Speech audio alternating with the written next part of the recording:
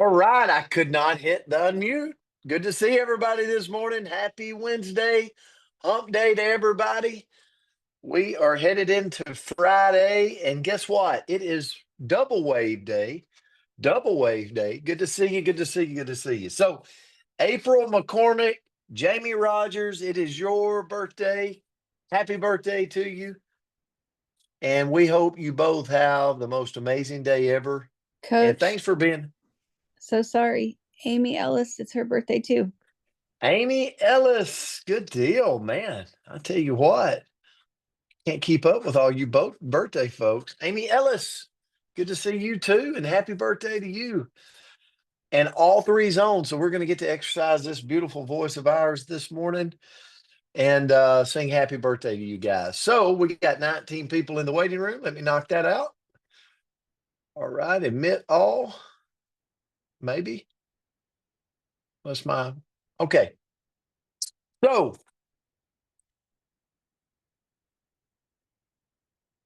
I want to read something to you. Take two similar people in this world and give them both the exact same opportunity. One takes it and has remarkable success, and the other doesn't. One wins and the other does not. Why? Why is that? It's not a matter of luck, nor timing, nor fate, even though at times we tell ourselves that, right? It's not a matter of intelligence, skill, talent, none of those things. The secret is that person's philosophy. Your philosophy is what you know, how you hold it, and how it affects what you do. There's a point to this. Stay with me here, okay? You know what? You got to know the action steps. You have to possess the winning attitude, Arlene. But at the end of the day, you got the most important things. You got to have a philosophy embedded in you. It creates your attitude, it creates your actions, it creates your results, and ultimately creates the life you're living, no matter what age. Absolutely, no matter what age.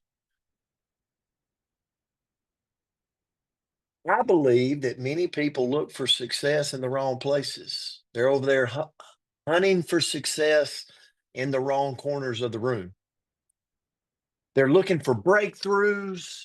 They're looking for these beautiful training programs, this beautiful thing, like all this stuff, these amazing quantum leaps, kind of like the roulette wheel or the blackjack table or the craps table. Like, I just want to go from 0 to 1 billion. What's wrong with that? Right? Why can't I just like 1000x where I'm at today? And here's the problem. Those people will never find it. They'll never find it. Remarkable success does not happen in quantum leaps. They happen through silent,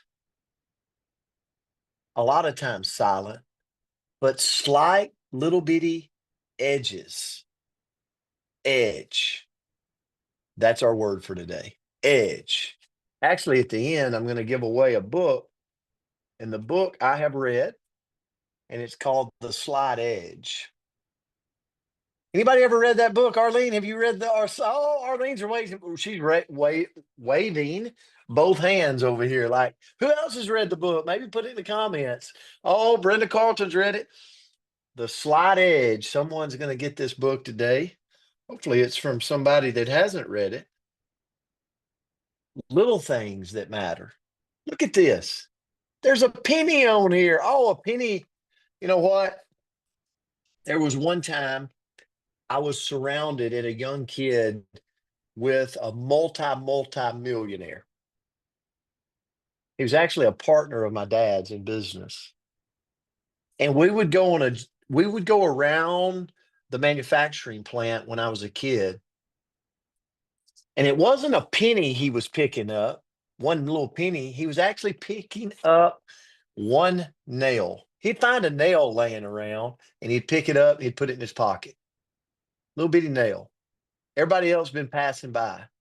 And he'd pick it up as we was walking around the plant. He would pick up all these nails. Actually, they were screws, little screws, because we ran a folding table manufacturing plant. And when we would get done walking through the plant, he would say, "Look what I've saved." And he would drop it into the box to be used that day in manufacturing. But why don't everybody think that way? It's the slight edge. So edge refers to competitive advantage. Like it allows someone to outperform their competitors because they're just doing that little bitty edge, that little bitty difference that makes all the big changes over time. It's what sets us apart. Me and you have the ability to have the edge. We have the ability to find the little bitty thing that makes all the big difference compounded over time. It's not the quantum leap. It's not the 1000x something. It's not the roulette table going from 0 to 10,000. Alan Schultz is laughing. So think about this.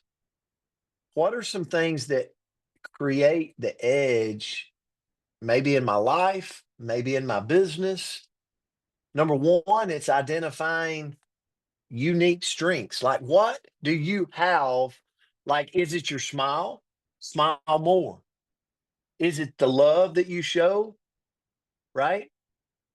Like sometimes I find out that like I'm around people and I'm like, oh, I love this person, but they're trying to wow and dazzle everybody with their knowledge. Like, and they just have all this knowledge.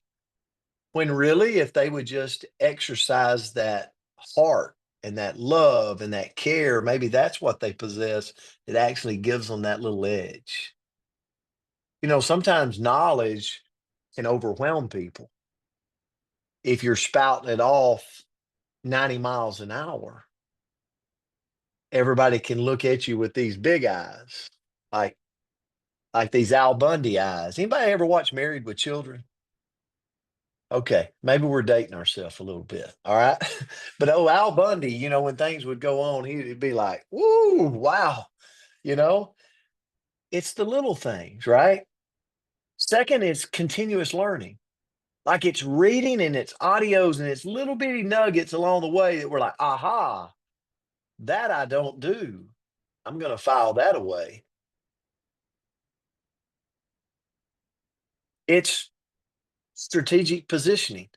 Place yourself where where your strengths meet market opportunities. I'm so proud. There's a young group calling themselves the next generation. And I was bragging on them yesterday because if you want to know the health of anything, go look at the youth. Go look at the next generation, the youth. You want to go see a successful church, or do you want to go see a dying church? Go look at the youth. Go look at the kids. Go look at who's sitting in the audience because that's the next movement, the next generation, right? We got to have the next generation, okay? And so I'm so proud of them because they've recognized in our company, I know all of you are not in our company, that there's this void between the 35 to 18-year-old gal. Like, it's like, where are those people at? They like to generate revenue. And so they've started a movement. This 49-year-old guy can't start it for an 18-year-old. An 18-year-old's got to start it for an 18-year-old. Like they've got to help. They know the lingo, they know the language, and they're doing it. Number four, you got to build valuable networks. Oh, this is so big. Who have you called this week that knows more than you? I challenge you to think about that. You got to build valuable networks. And when you get around those people that know more than you, talk less and listen more. I have been in a room with people before. Listen, if I get in a room with somebody that out earns me, guess what I'm going to do? Zip it. But I have had buddies that get in a room with me, and we're in a room with someone that has out earned us, and they've done so much, and my buddy can't be quiet. He's got to tell the person all that he knows and all that he's done and all. And I'm like, could you be quiet? You're stealing our wisdom. We're trying to gain some wisdom here today. Build valuable networks. And then number 5 is like, what gives us the edge? I'm a solution finder. I'm not asking you to raise your hand, but do you struggle with blaming? Like when something doesn't go your way or my way, do you struggle with blaming, going, that person didn't show up for me? That person didn't teach me. It's somebody else's fault. I'm where I'm at right now. Or do you go, no, no, no, I'm not where I'm at, but let's find the solution to get me to where I want to go? Are you a solution finder? Do you come to people with, rather than problems, do you come with them with solutions? Like, hey, I'm struggling, my check's going down, but I want to seek solutions. I was thinking I hadn't really recruited anybody in the last 6 months, maybe 2 years. And it's like, aha, that could be the problem. It's so we're looking for solutions. All of these things give us the edge. I want to leave us with this as again today is it's me and the edge. I was just thinking, I love it. It's like I had a gentleman this week that lives in Dubai that I'm working with on a project on the blockchain. Okay, if you don't know what the blockchain is, then I'll let you. I'm not going to take that course with you today, but here's the deal: we're working on a project, and I was on it, and this gentleman has made a lot of wealth for himself, way more than me. And he made this statement. I wrote it down. I thought, oh, here's an edge. Here's an edge. He said, it's not about selling. It's about having meaningful connections. I want to repeat that. It's not about selling what you got. It's about having meaningful connections. So you got to ask yourself if you're in sales and guess what? We're all in sales of some sort. When I was a teacher, I was selling. I was selling my class I was teaching. When I was a coach, I was selling my program, football. When I was a principal, I was selling our school. We're always selling. So let me ask you a question. Are you hitting people over the head with what you're selling? Are you building meaningful connections and they're drawn to you? They're drawn to you by what you have to offer, and it could be a solution to their needs. The last one is, and this is an edge, the power of storytelling to connect with your audience is an edge. I started this today with a story of 2 people for a reason. It's actually in this book, The Power of the Edge. Because when you can start and you can share stories rather than just logic and just facts. Always said I was a terrible geometry student because they didn't lead with the story of why you needed geometry. If they would have shared, hey, this golf swing goes here, and if it connects at the right point, this ball will go straight. I would have been like, oh my gosh, guess what? That's geometry. But they didn't say that. They just led with facts. And for this young kid, that was meaningless to me. I'm like, why did I even need to know this? I don't know if any of you were that. What? So the power of storytelling leads you to greatness if you create that skill set. And guess what? You can go Google that. You can research that and read it forever. There's so much literature on the power of storytelling. So, all right. That's my word for today on Edge. It's time to sing happy birthday, but we got to give away a book too, The Slight Edge. So I want you to put Edge in the comments. Edge in the comments. Let's see who we got here. I'm going to pick it. I'm going to pick a winner. So hang tight. I'll do this. Oh my goodness. Here we go. Here we go. I'm closing my eyes. I'm closing my eyes. I hope I picked somebody that's never read the book. Okay. Kendra Moten. Kendra. Oh my goodness, lady. You won the book. You got to send me. Okay. Somebody put my cell phone number where you can send me your address. I'll get this out to you today, Kendra. Good job. Congratulations. Janice Jordan, I need your address.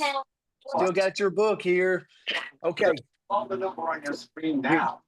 With the License Humana Here we sales agent, go. if you qualify Amy, April, and Jamie, have the most amazing day ever. for love, benefits, Happy birthday to you. Happy birthday to you. Happy To birthday, April and Jamie. Happy birthday to you. Good job. Good day. Everybody have a great day. Thank you. That was beautiful. Thank y'all. Love Thank you. you. Have a great day out there. Love y'all. Everybody. Happy Big blessings. birthday. Everybody. Thank you. Wonderful day, everybody.